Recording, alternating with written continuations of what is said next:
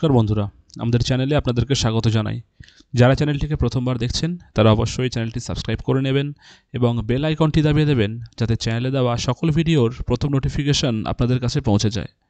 তো শেষ পর্যন্ত আজকে প্রকাশিত হলো ওয়েবসাইটে ফাইনাল ভ্যাকান্সি 11-12-এর ভ্যাকান্সিটা যদি আপনারা ভালো করে দেখেন তাহলে দেখতে পাবেন এখানে কিন্তু ভ্যাকান্সি কমে গেছে বেশিরভাগ সাবজেক্টেই।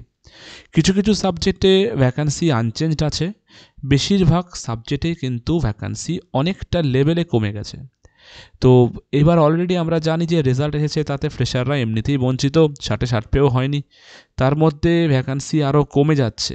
মানে কতটা ভয়াবহ পরিস্থিতি আসতে চলেছে আশা করি আপনারা সবাই আন্দাজ করতেই পারছেন। তো এই মুহূর্ত পরিস্থিতি এখন করার কি আছে?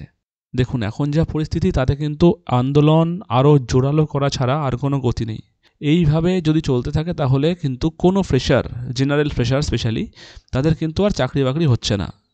তো আন্দোলনটাকে আরও জোরালো করতে হবে যাতে ভ্যাকান্সি, যে ডিম্যান্ডটা রাখা হচ্ছে আন্দোলনের 50,000 ভ্যাকান্সির একটা ডিম্যান্ড, এই ডিম্যান্ডটা যেন পূরণ করা যেতে পারে সেই দিকে আমাদের এখন ভাবনা চিন্তা করা উচিত।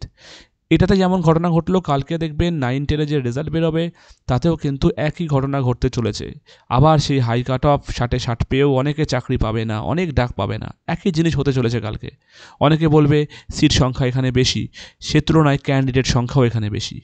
তো এই জন্য আমাদের একটাই দাবি এখন, সিট না বাড়ালে কিন্তু বেকাররা শেষ হয়ে যাবে।